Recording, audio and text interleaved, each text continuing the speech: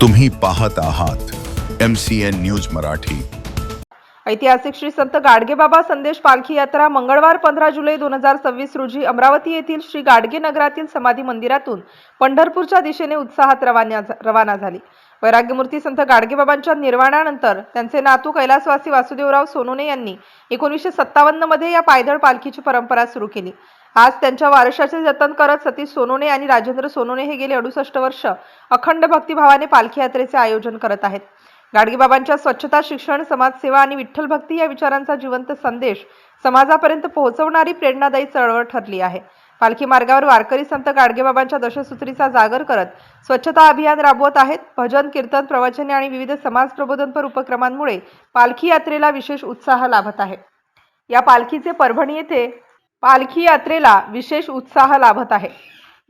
परभणी येथे उत्साहात स्वागत करण्यात आले।